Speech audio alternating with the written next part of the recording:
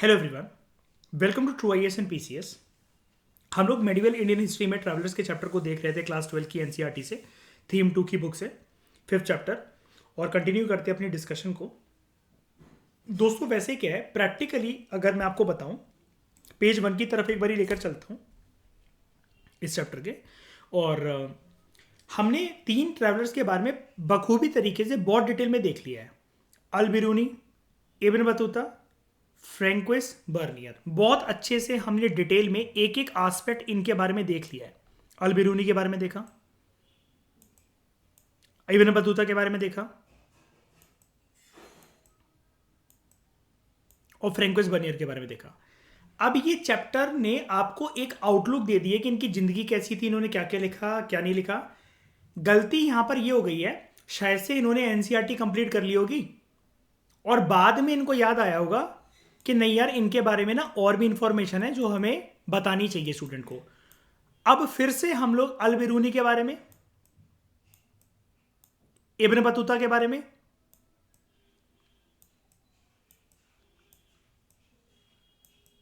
और François Bernier के बारे में पढ़ेंगे। उसके बाद जाकर ये चैप्टर खत्म होगा। प्रैक्टिकली वैसे हमारा चैप्टर खत्म हो जाना चाहिए था। इन 3 ट्रैवलर्स का जिक्र अब फिर से आएगा, लेकिन अब टोटली एक नए पर्सपेक्टिव से, जिसमें आपको फिर से बहुत अच्छे अच्छे फैक्ट्स मिलेंगे, बहुत अच्छी मेंस ओरिएंटेड डिस्कशन मिलेगी। तो देखते हैं इस टॉपिक को, making sense of an alien word. Previous lecture तक किसी को कोई डाउट तो नहीं है? जल्दी बताओ फटाफट, हाँ या ना कंफर्म करो। ठीक है, ठीक है, तो हम स्टार्ट करते हैं इसको। Making sense of an alien world. अब ये एलियन वर्ल्ड किसके लिए है?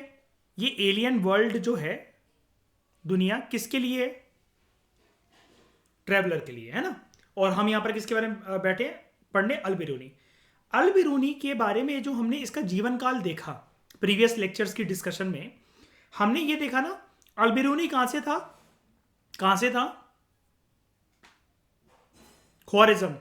ख्वारिज्म से। कहां से? ख्वारिज्म कहां पर है? उज्बेकिस्तान। उज्बेकिस्तान के अंदर किसने हमला करा, किसने इन्वेजन करी? महमूद गजनी ने। महमूद गजनी सारे के सारे स्कॉलर्स और पोएट्स वगैरह को कहां उठाकर ले आया था? गजनी, अफगानिस्तान। उनमें से क्या अल बिरूनी भी एक था? यस। भारत के साथ इसका इंटरेक्शन जरा मुझे कोई समझा सकता है फटाफट, जल्दी, कैसे?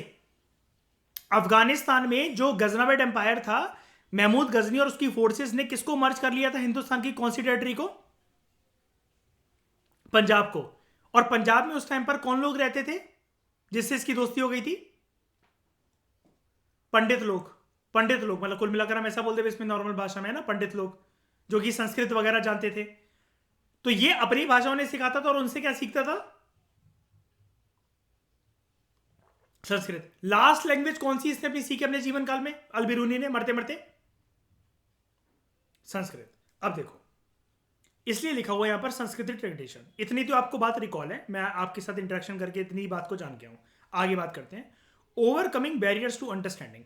कभी भी कोई भी ट्रैवलर एक नई जगह पर पहुंचेगा, आप मेडिवल इंडिया को छोड़ो, प्राचीन भारत को छोड़ो छोड़ो आधुनिक भारत को छोड़ो, आप अपने आप को देखो। आप किसी भी नई जगह पर जाते हो, सबसे पहली आप क्या, मुझे एक बात बताओ, सबसे पहली कठिनाई आप ये फेस करते हो ना, आपके मन में थोड़ी सी नर्वसनेस होती कि नहीं होती है? बताओ। Just imagine, just imagine, just imagine, आप किसी और कंट्री जा रहे हो, किसी और कंट्री जा रहे हो, आपके मन में एक नर्वसनेस होगी कि नहीं होगी? क्या मेरी भाषा बोलने वाला कोई मुझे मिलेगा कि नहीं मिलेगा? आपका सबसे पहले जो कंफर्टनेस जागेगी, किसको देखकर जागेगी? उस अनजान देश में अर्पित एक इंडियन को देखना, राइट?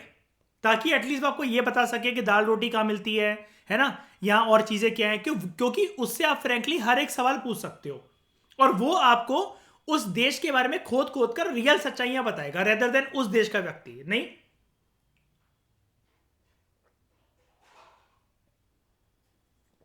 है कि नहीं ऐसा? अब ठकुराइन से कोई मिले फॉरनर, ठकुराइन कहेगी आओ पहाड़ों पे चलो, यहां पर देखो ऐसी जड़ी बूटियां होती हैं, तुम अमर हो जाओगे, है ना। और ठकुराइन से पता चला पहाड़ों से धक्का दे दे उसे।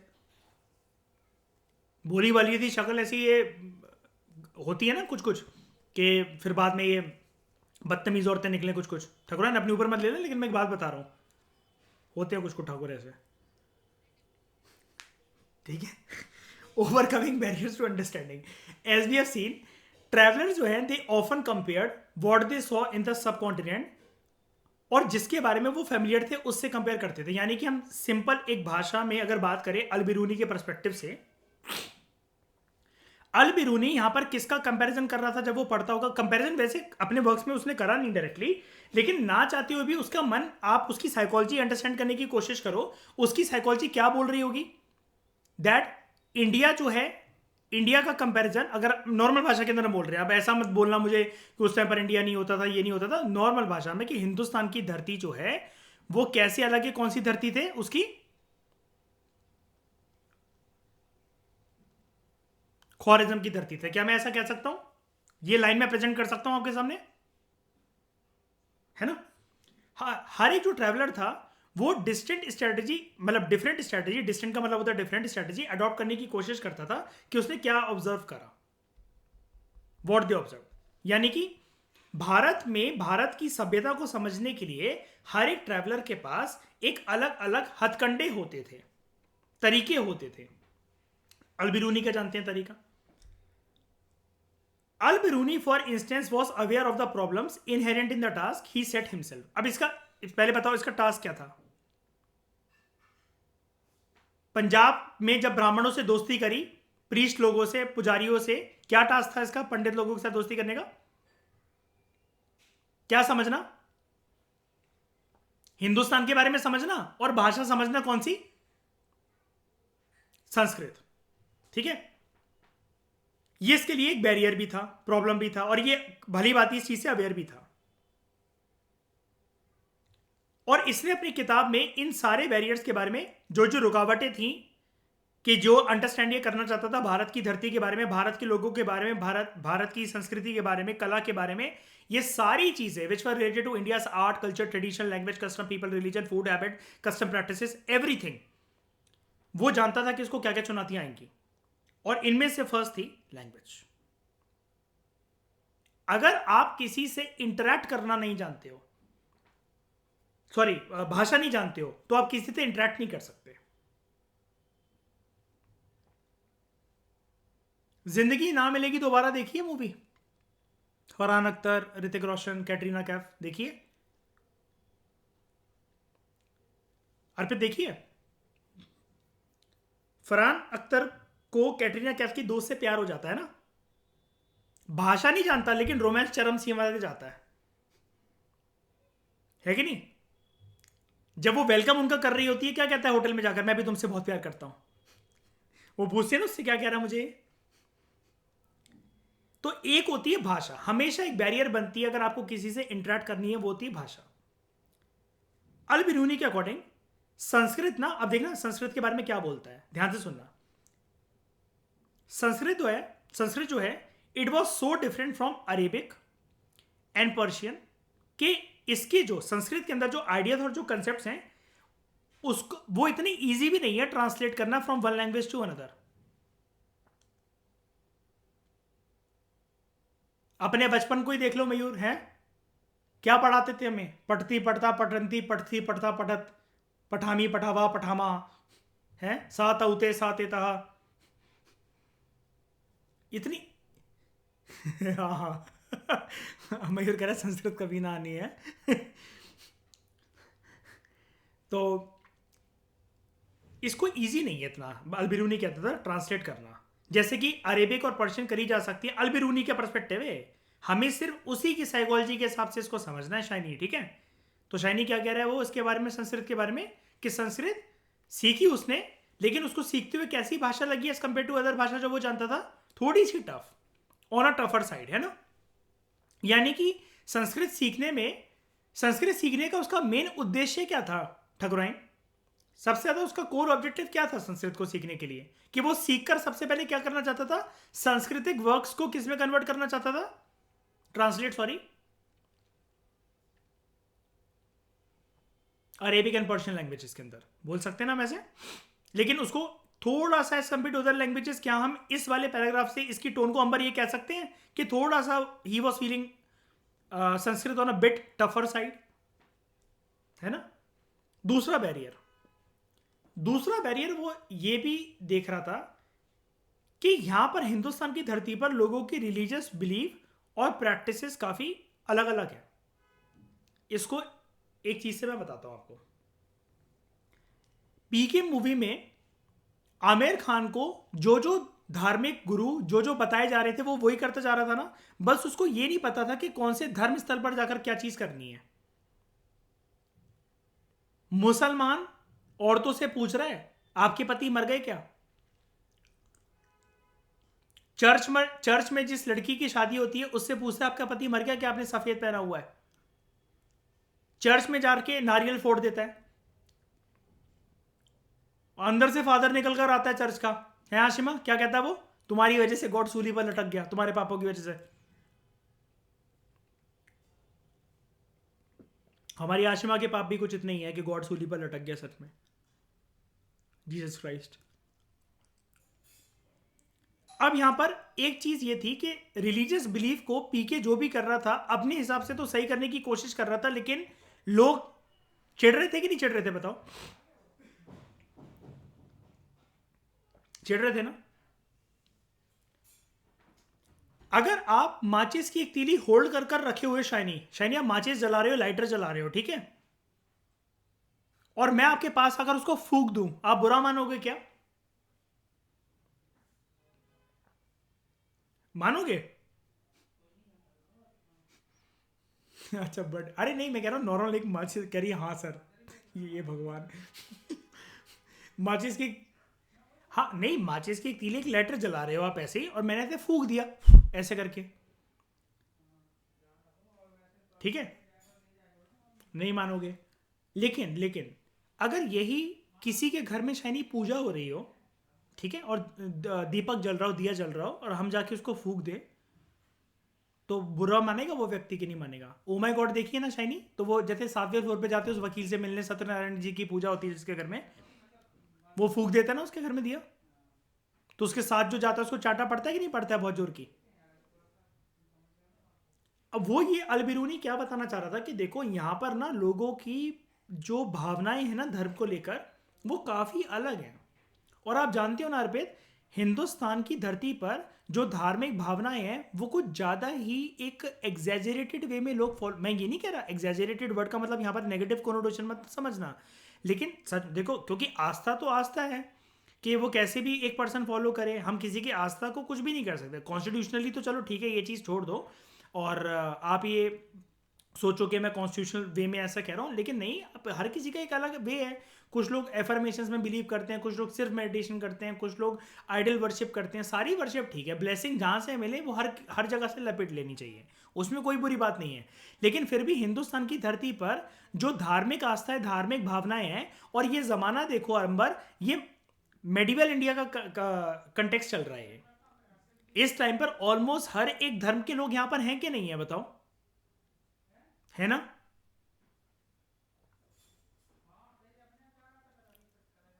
बोलो बोलो हाँ कि ना, है यहां पर। तो क्या हम ऐसा कह सकते हैं ठकुराइन कि अल बिरूनी ने यहां पर जो रिलीजियस बिलीफ्स और प्रैक्टिसेस को देखा, इतना डाइवर्स फॉर्म में उसने अपने कंट्री में नहीं देखा था, इसलिए वो इस चीज को सेकंड बैरियर मान रहा है, कह सकते हैं। बाहर से कई लोग आते हैं ना फॉरेनर ठकुराइन, यूपी एमपी में गंगा घाट की पूजा वगैरह देखने, इधर उधर जाने, क्योंकि उनके देश में वो सब इतना है नहीं, इतनी डाइवर्सिटी है ना। यहाँ के धर्म को अगर कोई समझने बैठे, किसी भी एक धर्म को भी पकड़ ले अर्पित, है ना, हिंदू हिंदू धर्म को पकड़ ले, मुसलमान धर्म को पकड़ ले, बाहर से कोई भी फॉरेनर आज के ज़माने में आए, जबकि इतना कुछ इंटरनेट पे इंफॉर्मेशन अवेलेबल है, क्या हम अर्पित ऐसा कह सकते हैं 10 जन्म भी ले लेगा ना अगर वो, और रोज हिंदुस्तान की धरती पर बैठा रहेगा, तब भी वो पूरा का पूरा 1% भी नहीं समझ सकता उसको। मतलब इतना वास्ट है, कहने का मतलब मैं उसके अंडर, हम उसकी अंडरस्टैंडिंग पे क्वेश्चन नहीं कर रहे उस बंदे की, लेकिन इतना वास्ट है धार्मिक चीजें, नहीं है ना। तो देखो, the self absorption and consequent insularity of the local population according to him, ये तीसरा बैरियर था इसके लिए। यानी कि कुछ लोग जो हैं, ये सेल्फ एब्जॉर्प्शन का मतलब क्या होता है और इंसुलरिटी का मतलब क्या होता है। लोकल पॉपुलेशन जो है, जरूरी नहीं ना कि आपको जो व्यक्त कर रही हो आप वो सारी चीजें समझ ही पाओ। और ये इन सारी प्रॉब्लम्स के बारे में भली भांति तरीके से अवेयर था। अब अल बिरूनी जो है भारत की सभ्यता को समझने के लिए बहुत exclusively he was dependent almost exclusively on the works of Brahmanas. ये ब्राह्मण वो नहीं है पंडित वाले, ये ब्राह्मणास बुक है, अगर आपको पता हो। अंबर ये बुक होती है, ठीक है। दो चीजों में फर्क होता है। ये पर्सन होता है ब्राह्मण, और ब्राह्मणास ये बुक होती है। उसको पसंद आया अल बिरूनी को वेदास में से, पुराना में से, भगवत गीता में से श्लोक पढ़ना, पतंजलि के वर्क्स को पढ़ना, मनुस्मृति को पढ़ना, ताकि उसे भारत की सभ्यता की एक क्रिस्टल क्लियर नॉलेज मिल सके। ऐसा क्यों कर रहा है अल बिरूनी मयूर? पहले मतलब कुछ भी चीज वो संस्कृत सीखने से पहले या कुछ भी करने से पहले और भारत के समाज को सीखने से पहले वो ये सब कुछ क्यों कर रहा है, ये सारी प्रक्रियाएं?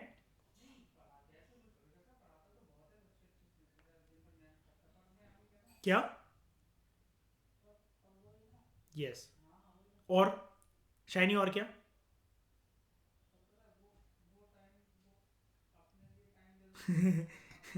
शाइनी कह रही पता नहीं। है क्या कर पाए, समझ पाए इंडियन सोसाइटी को, लेकिन इससे भी ज़्यादा कि कुछ भी उससे ऐसी गलती ना हो जाए कि वो ना उधर किसी की भावनाओं को ठेस पहुंचा दे।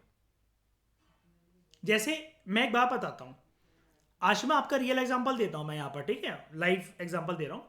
एक बार याद होगा आपको आशमा, हम लोग, आपने मुझे एक बात बताई थी, आप अपनी फ्रेंड के बर्थडे पार्टी में एक बार ही गए थे, तो बगल वाले कमरे में उसकी नानी पूजा कर रही थी और उसके हाथों से घंटी गिर गई थी।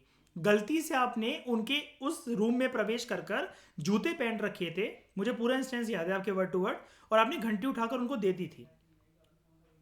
और वो चिढ़ गई थी उतनी सी बात पे कि तुम जूते पहन के यहाँ पर तुमने घंटी कैसे छू ली। राइट आशमा? है ना? अभी देख तेरे को याद नहीं होगा ये इंस्टेंस, लेकिन मैंने बताया तो याद हो गया ना। है कि नहीं? देख इसको कहते हैं मेमोरी। तो ये चीज क्या है, आपने धार्मिक भावनाएं जो हैं ये सिर्फ हिंदुस्तान में इतनी मतलब इतनी माइन्यूट होती हैं अर्पित, कि घर टू घर बदल जाती हैं। हिंदू धर्म के तो बहुत सारे लोग हैं, मुसलमान धर्म के तो बहुत सारे लोग हैं, लेकिन उनमें भी प्रैक्टिस करने की जो भावना है वो अलग अलग बदल जाती है। एक एग्जांपल देता हूं,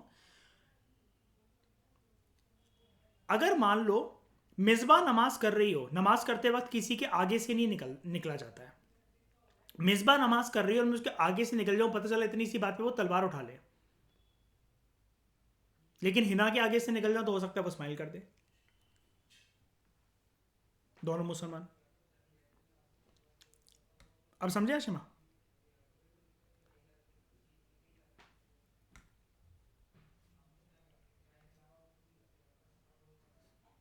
हाँ, वो एक्चुअली फैमिलियर हो रहा था, ये समझाना चाह रहा हूं मैं। वेरी गुड, यही वर्ड चाहिए था मुझे। क्योंकि बिना सोचे समझे ना वो कोई भी स्टेप अगर ऐसा लेगा ना तो उसको यहां से खदेड़ के भगा दिया जाएगा। और वो जानता था कि religion at that time was very sensitive. मैं इस बात पे इतना अंबर क्यों एम्फसाइज कर रहा हूं, इसका रीजन देता हूं मैं आप सबको। अर्पित समझने की कोशिश करना, मध्यकालीन भारत है और ज्यादा मध्यकालीन भारत का ये फेज है, और ज्यादातर मेडिवल इंडिया के अंदर मुसलमान शासक रूलर थे। हिंदू लोग वैसे भी घुट घुट कर यहाँ पर रहते थे, क्योंकि मतलब पिलग्रिमेज टैक्स देना, ये देना वो देना। तो धर्म को लेकर अगर हल्की फुल्की भी प्रक्रिया अगर हो गई ना तो किसी अनजान व्यक्ति को अपना दुश्मन समझ बैठेंगे उस धर्म के लोग। और ये वाली बात ये जान गया था। और अपने आप को लेकर क्यों डरा हुआ था? क्योंकि खुद क्या था, हिंदू था कि मुसलमान था, ईसाई था, क्या था?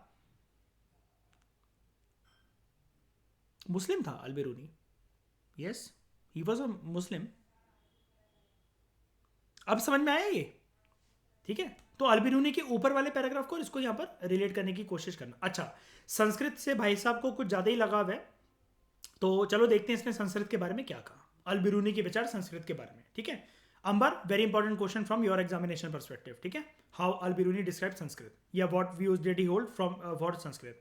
क्वेश्चंस आपको देखने को मिले भी होंगे स्कूल के लेवल पे ऐसे। तो कहता है if you want to conquer this difficulty, that is क्या डिफिकल्टी, टू लर्न संस्कृत। अब अल बिरूनी से मयूर हमें सीखना चाहिए, हमें तो इतनी आती है ना, पढ़ती पढ़ता पटंती सात औते साते तहा, है ना। तो कहता है आशिमा पहली बात पे दिल तोड़ दिया, कह रहे देखो ना कितने अच्छे से स्टार्टिंग कर रहा है आशिमा, देखना पहले मेरी तरह कह रहा है अगर आप इस डिफिकल्टी को कॉन्कर करना चाहते हैं, डेट इज अगर आपको ये संस्कृत पढ़नी है, भूल जाओ, इजी नहीं है। बिकॉज इस लैंग्वेज की जो लेंथ ब्रेड्थ और जो हाइट है काफी इनॉर्मस रेंज है इसकी। शब्द इसके ऐसे कि सीने में खंजर भोंक दे, और उसके जो मीनिंग निकल कर आते हैं वो कुछ और ही निकल कर आते हैं। Something like the Arabic calling one and the same thing by various names, चाहे वो ओरिजिनल हो चाहे वो उसका डेरिवेटिव हो कुछ भी हो, लेकिन संस्कृत के अंदर चीजें बदल जाती हैं।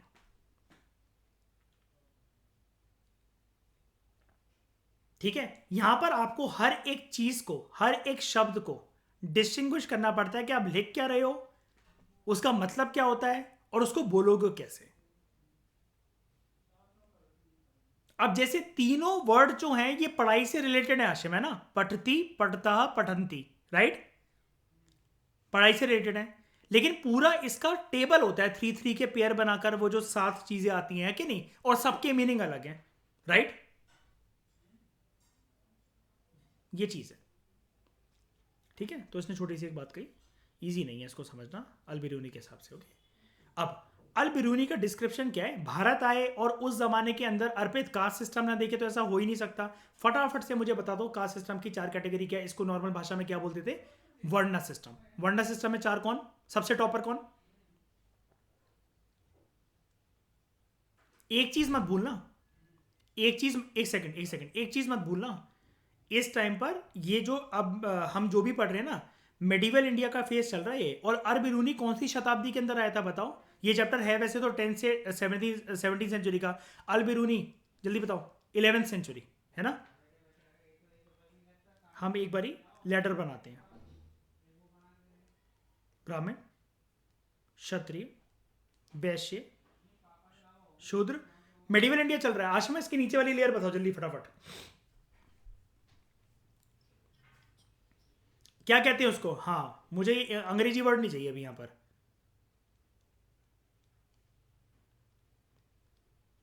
अंबर जल्दी अति शुद्रास के लिए वर्ड बताओ, थीम 1 के अंदर गिवन है, जल्दी बताओ।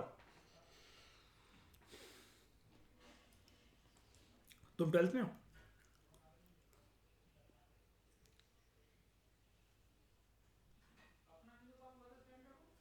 चंडालास, ठीक है, मतलब वर्ग कुछ भी हो अभी, मतलब शूद्र से भी नीचे होता है उनका स्टेटस इस जमाने में, ठीक है, ये चीज होती है।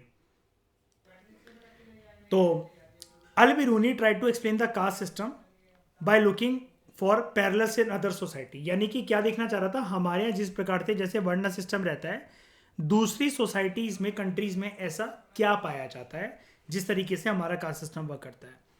उसने नोट करा that in ancient Persia, Persia मतलब ईरान, ठीक है, 4 सोशल कैटेगरीज जो थी वो रिकॉग्नाइज करी गई, ठीक है। एक वॉरियर्स एंड प्रिंसेस, जिनको नाइट्स कहते थे। नाइट्स आप जानते हो, एक आपके सामने एक इमेज थी बचपन में हम जब कार्टून वगैरह देखते थे, या आपने कोई फॉरेन मूवी देखी होंगी, वो घोड़े पर बैठकर मयूर वो लोहे का वो हेलमेट सा पहनकर नहीं आते हैं जो तलवार सी निकालते हैं, है ना, वो नाइट्स का एक, वो नाइट की एक इमेज होती है हमारे दिमाग में, है ना अर्पित। जैसे मैं दिखा देता हूँ, KNIGHT वॉरियर, नाइट वॉरियर, पहले ओरिजिनल देख लो और याद भी आ जाएगा वैसे। इस प्रकार के बंदे को नाइट कहते हैं, जैसे इस, ये देख लो, ये है ब्रिटेन में आज के टाइम में ये टाइटल यूज होता है, ठीक है,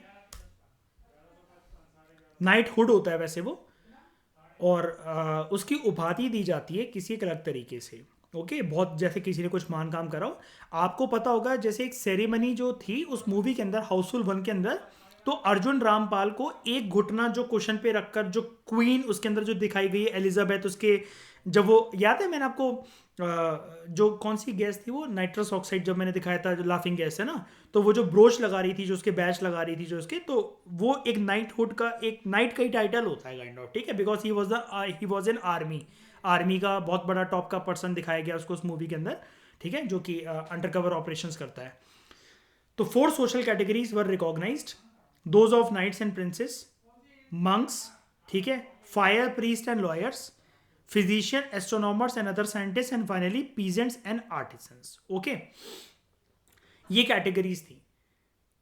यानी कि वो ये कह रहा था अपने वर्क्स के अंदर, जब उसने ऑब्जर्व करा तो ठकुराइन ने उसका ये कहना था कि सोशल डिवीजन ना इंडिया के अंदर कोई यूनिक चीज़ नहीं है. यूनिक चीज़ नहीं है. ये चीज़ें ना दूसरी कंट्री के अंदर भी देखने को मिलती हैं.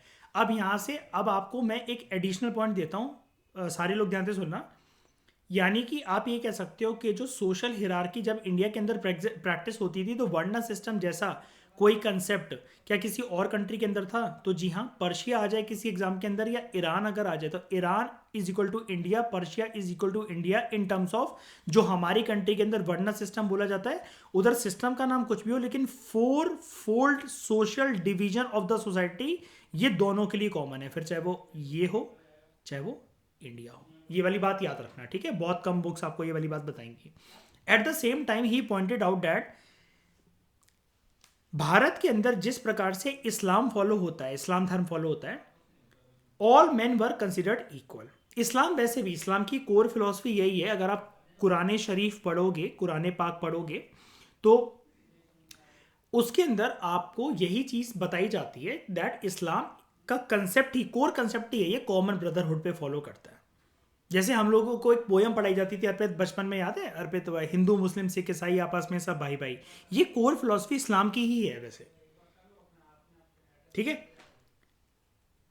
बस वही कहता है कि at the same time he pointed out that with in Islam all men were considered equal. बस वो डिफरेंस जो है वो ये है कि in the observance of their पाइटी. What is this PT या पाइटी जिसको कहते हैं, क्या होता है ये? एनीवन?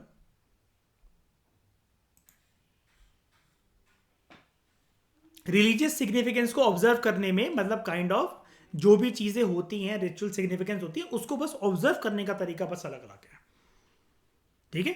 धर्म को मानने का तरीका अलग अलग है. क्या बोलेंगे इसको, नमाज वगैरह करने का तरीका अलग मान लो बस, और बस ये कर लो, ठीक है? अब नमाज करने के भी तरीके मिसबा अलग होते हैं कि नहीं होते हैं? बताओ. हर किसी के थोड़े से बदलते हैं कि नहीं बदलते हैं? बदलते हैं ना. In spite of his acceptance of the Brahmanical system, description of the caste system, उसने एक्सेप्ट करा कि यस कि ब्राह्मणिकल सिस्टम के अंदर कास्ट सिस्टम एग्जिस्ट करता है हिंदुस्तान के अंदर.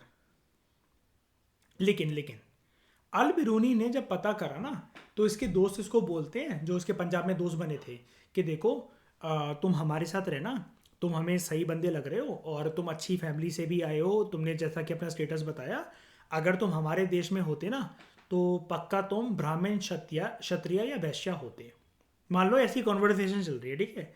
तो इसने बोला क्या कहते हैं, मान लो दोपहर का टाइम है और इसने बोला यार मुझे ये बताना, ये सामने से लकड़ियाँ बजाते बजाते थालियाँ ठोकते ठोकते क्यों आ रहा है?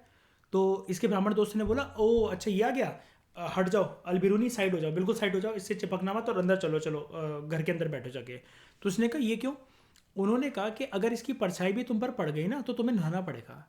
इसने कहा है नहाना पड़ेगा मतलब इसमें ऐसा क्या है, कोई मतलब डिसीज वगैरह लगा हुआ है इसको, कीड़े वगैरह है इसके बदन पे या कुछ मतलब घातक है कि अगर ये छू लेगा कुछ इसको बीमारी वगैरह है क्या? तो इन्होंने कहा नहीं कि ये ना इस कास्ट से बिलोंग करता है. अब अल बिरूनी का दिमाग ना हिल गया इस बात को सुनकर. ईरान में भी इसने सिस्टम सुना था भैया, लेकिन लास्ट सिस्टम के अंदर भी पीजेंट्स और आर्टिजन थे. मतलब लास्ट लोग जो सोसाइटी सोशल रंग पर आते थे वो थे किसान आदमी और कारीगर आदमी. उनके साथ लेकिन ऐसा ट्रीटमेंट तो नहीं होता था ईरान पर्शिया के अंदर, इतना ही फैमिलियर था. इसने कहा जो कंसेप्ट है इंडिया के अंदर, भारत की धरती पर प्योरिटी और पॉल्यूशन का कंसेप्ट, यानी कि इनमें से मुझे बता दो, जो मैंने आपके सामने जो 3 कास्ट लिखी इनमें से प्योर कास्ट कौन सी, प्योर कौन सी?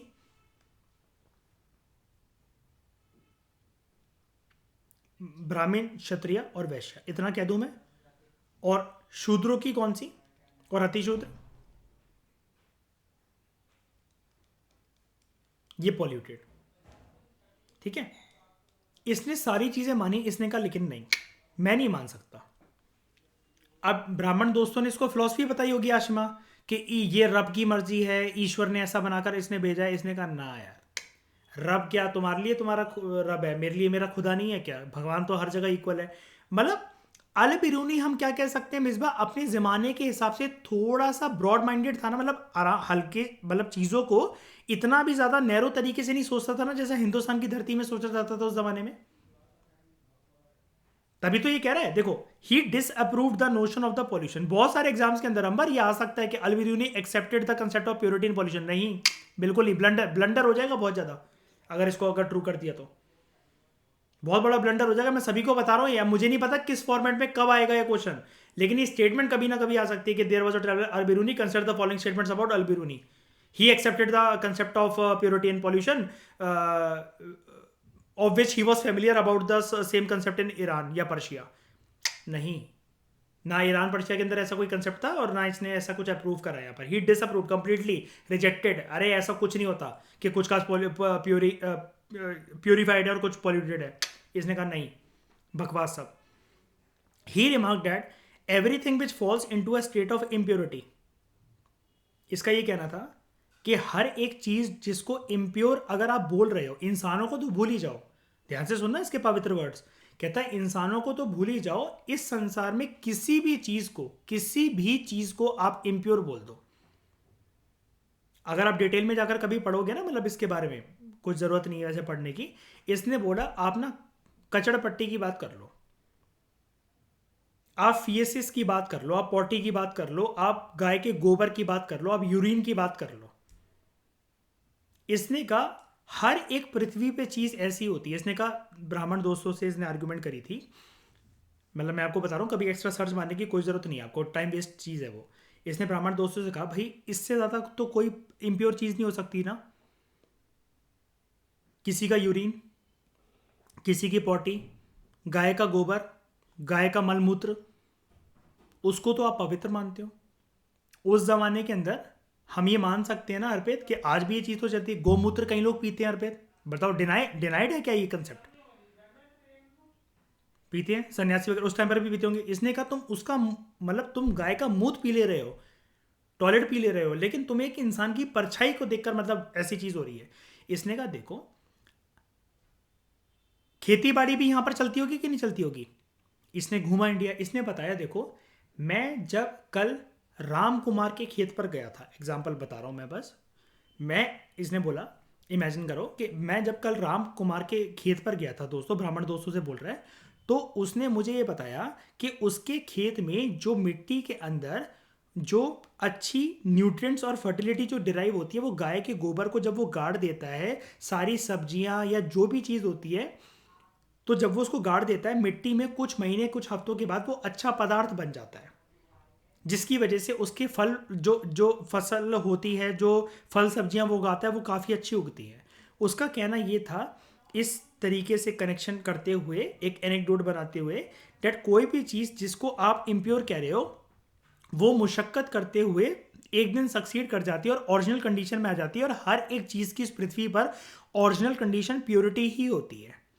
इसने इवन इस हद तक कहा था, ये वाली बात मैं आपको बता रहा हूँ जो मैंने इसके बारे में एडिशनल पढ़ा था, कि पृथ्वी के किसी भी बच्चे को उठाकर देख लो, किसी भी बच्चे को उठाकर देख लो, कि ओरिजिनल कंडीशन सबकी प्योरिटी ही होती है। हर एक इंसान जिससे कोई नफरत करे, कुछ भी करे, ये चीज़ ईगो में कोई पर्सन कह सकता है, लेकिन हर एक चीज़ प्योर से ही बनी होती है, प्योरिटी से ही बनी होती है। संसार में आशिमा अगर हम हर एक बच्चे को उठाएं तो छोटे बच्चों में से खुशबू आती है ना, अजीब सी महक आती है ना एक उनके शरीर में से, लेकिन वो कैसे भी करके महक यक तो नहीं लगती ना, जो इनके बॉडी की ओरिजिनल खुशबू होती है। जैसे आप समझ पा रहे होगे, अगर आपने किसी बच्चे को उठाया कभी गोदी में, बहुत छोटा सा नाजुक जान, जो कि अभी कुछ दिन पहले या कुछ टाइम पहले पैदा हुआ है, दिस शोज के हर एक चीज के अंदर ओरिजिनल प्योरिटी का कंसेप्ट होता है। इवन जब इसका ये भी कहना था कि मानव शरीर जब मिट्टी के अंदर मिल जाता है, तो वो मिट्टी भी जमीन में घुल जाती है। जमीन उसको अपने अंदर इसलिए सहन कर लेती है बिकॉज वो प्योर थी। सूरज जो है वो हवा को साफ करता है, नमक जो है समुद्र के अंदर वो प्रिवेंट करता है ताकि पानी पॉल्यूटेड ना हो जाए। इसी प्रकार से कुदरत की हर एक चीजें जो है वो ओरिजिनल कंडीशन ऑफ प्योरिटी में रहती है। If it were not so, अगर ऐसा नहीं होता, अल बिरूनी ने कहा, लाइफ जो है अर्थ पर, पूरी पृथ्वी पर पॉसिबल ही नहीं होती। तो the concept of social pollution जो कि कास्ट सिस्टम के अंदर जो इंट्रिंसिक है, ये कुदरत के नियमों के खिलाफ है। इसने इस चीज से कभी एग्री नहीं करा। इसने कहा तुम कहानियां जितनी मर्जी बना लो इसको लेकर, इसको कितना मर्जी सिद्ध प्रूफ करने की कोशिश करो, क्योंकि ब्राह्मण फ्रेंड अपने तर्क देते थे, है ना। अब कोई मतलब मान लो कि उनमें से कोई कट्टर है ना, मयूर, अब वो शुरू हो गया यदा यदा ही धर्मस्य ज्ञानिर्भवति भावता अभ्युत्थानम धर्मस्य तथात्मानं सृजाम्यहम्। तो उसने कहा भाई इतना ज़्यादा बीपी बढ़ाने की जरूरत नहीं है, कुदरत के नियमों की ये चीज़ खिलाफ है।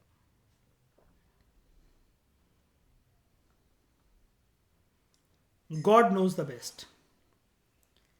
Travellers did not always believe what they were told. अब देखो ये जो उसको बताया गया कि इसने कास्ट सिस्टम के ऊपर एग्री करा, आशिमा बताओ, ठीक है।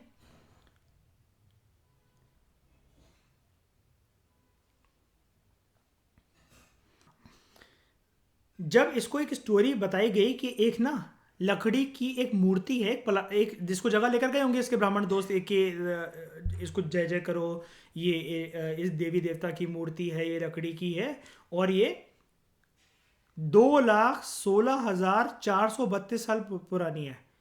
इसने कहा भाई साहब एक बात सुनो, आपने कभी विज्ञान सब्जेक्ट का नाम सुना है, साइंस का? तो उन्होंने कहा नहीं। इसने कहा फिर तो ठीक है, हाँ ठीक है ठीक है, इतने की है ये, इतनी पुरानी है, ओके। अलबिरू ने ये पूछा how then could wood have lasted such a length of time particularly in a place जहां पर हवा और सॉइल जो है वो गीली है। हाँ सही, तुम बिल्कुल सही कह रहे हो, भगवान ही सही जानता है, बिल्कुल भगवान सही जानता होगा इस बारे में। बढ़िया। अगर ऐसा तो एक बार बताना शाइनी, हड़प्पा के बारे में सारी चीज़ें फिर पता नहीं लग जाती हमें? हम क्यों शाइनी थोड़ा सा हिचकते हैं वो धौलावीरा का जो साइन बोर्ड है 10 लेटर्स का, उसको ज़मीन में से निकालने में, क्योंकि जब वो लकड़ी में गड़ा हुआ था तब तक ठीक है, उसको निकालेंगे उसकी मार्बल सब टूट फूट जाएगी इधर उधर। ठीक है अंबर, समझ में आया?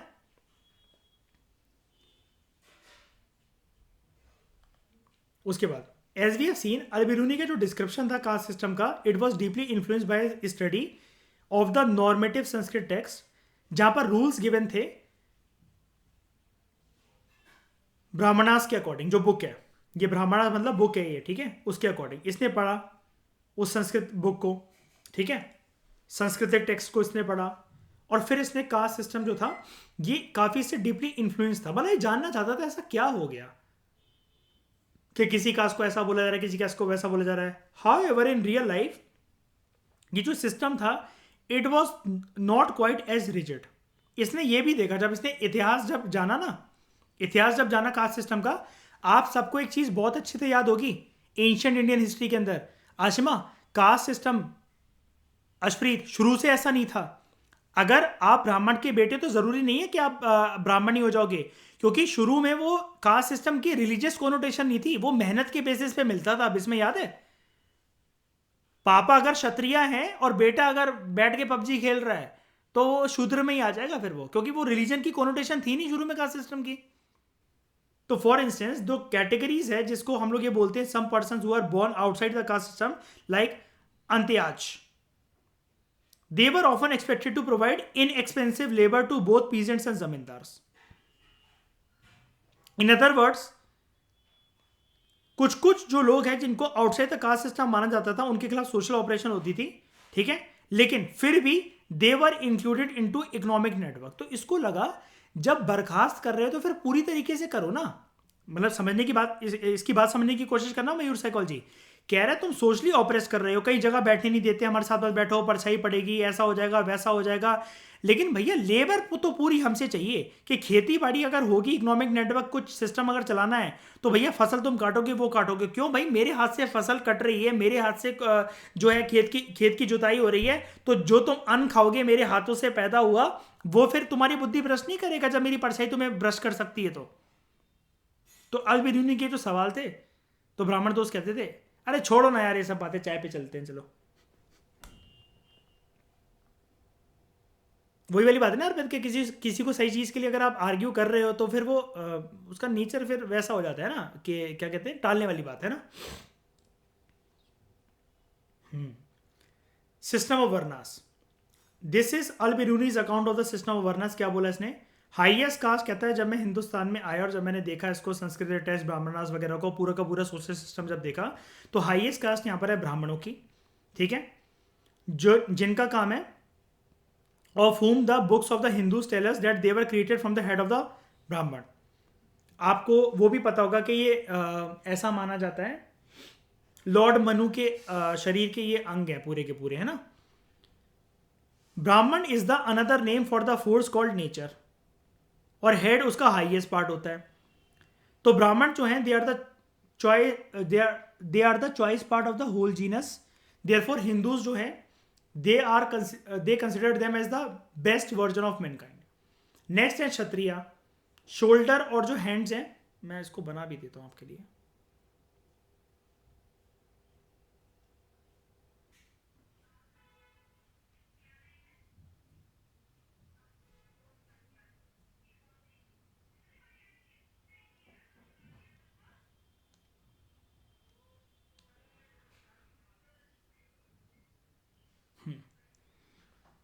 ये जो है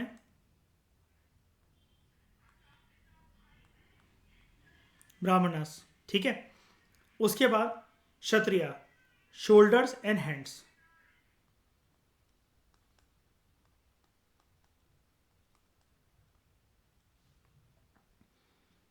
ज्यादा भी नीचे नहीं है ब्राह्मण से, इसने बोला ये वाली चीज, ठीक है। जो फर्स्ट कैटेगरी है उससे काफी बहुत ज्यादा नीचे नहीं है। उसके बाद है Vaishyas, they were created from the thighs of the ब्राह्मण।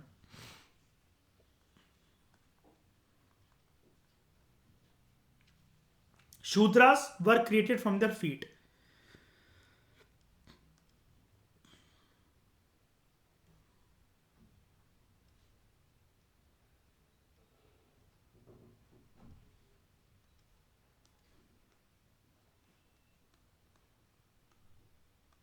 अब अल बिरूनी जैसे पढ़े लिखे व्यक्ति के सामने अर्पित ये आर्गुमेंट पेश करोगे तो ये क्या बोलेगा, बताना जरा। भारत की धरती पर था, चलो इस वजह से ज्यादा तो नहीं बोलेगा, लेकिन आप समझ गए ना इसका मन क्या कह रहा होगा फिर ये वाली बातें सुन के। हाँ हाँ, सही बात है कि इसको कहाँ कंप्लीट करूंगा जाकर, ख्वारिज्म में। सही बोला, 4 पन्ने छोड़ दूंगे किताब के। Very good Mayur. Much however as these classes differ from each other, लेकिन उसने बोला ये लोग फिर भी टाउन्स और विलेजेस में साथ में रहते थे, और कभी कभार एक ही घर के अंदर, एक ही लॉज वगैरह के अंदर मिक्स होकर रहते थे। क्यों मिक्स होकर? इसलिए क्योंकि हो सकता है कि ये सर्वेंट हो, शूद्र वगैरह, और ये काम करते हैं उनके यहाँ, तो रेदर देन कि इनकी खुद की कोई प्लेस ना होना। जैसे आपको पता है ना, फोर्स लेबर के अंदर जो हम पढ़ते थे इकोनॉमिक्स के अंदर, जैसे हम अभी भी पढ़ते हैं, जैसे जो फोर्स लेबर है, ऐसे लोगों से अगर काम करवाया जा रहा है, और कास्ट सिस्टम भी उस एरिया में काफ़ी ज़्यादा प्रेवलेंट है, इनको जो जमींदार होगा वो अपने खेत के अंदर रोक लेगा, सैलरी वगैरह कुछ नहीं देगा, खाना पीना प्रोवाइड कर देगा, लेकिन कहेगा कि यहीं पर खेती वगैरह का काम करो, इसी ज़मीन पर रहकर, आने जाने में बार बार टाइम वेस्ट होगा। तो अलबिरूनी की पूरी एनालिसिस समझ में आई अंबर अच्छे से?